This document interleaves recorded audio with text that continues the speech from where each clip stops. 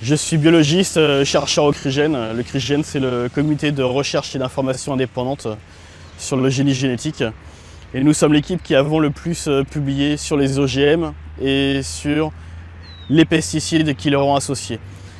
En fait, on a étudié la toxicité de ces pesticides et de ces OGM sur la santé humaine.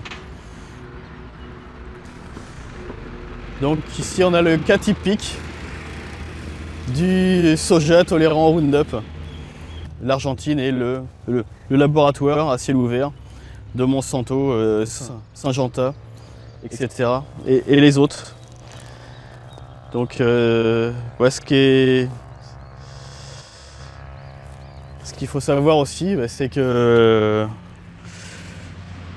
quand Monsanto promettent que grâce aux OGM, ils vont éliminer la faim dans le monde, là on a un exemple de ce qui se passe d'une terre qui a longtemps produit de la nourriture pour les Argentins. Aujourd'hui, ça produit du soja qui va partir en Chine, en Amérique du Nord, en Europe, et qui va être mangé par les vaches et les cochons des pays riches.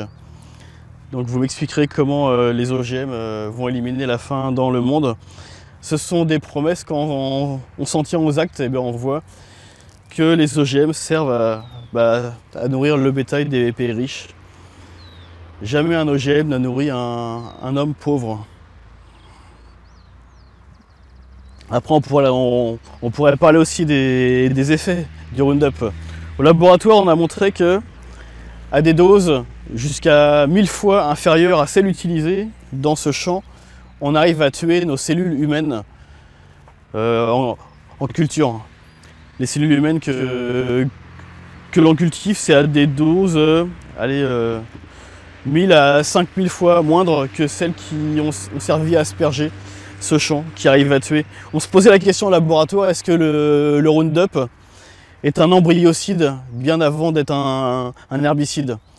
Parce qu'à des doses bien inférieures, on arrive à tuer des cellules humaines à des doses auxquelles on n'arrive pas à tuer des mauvaises herbes.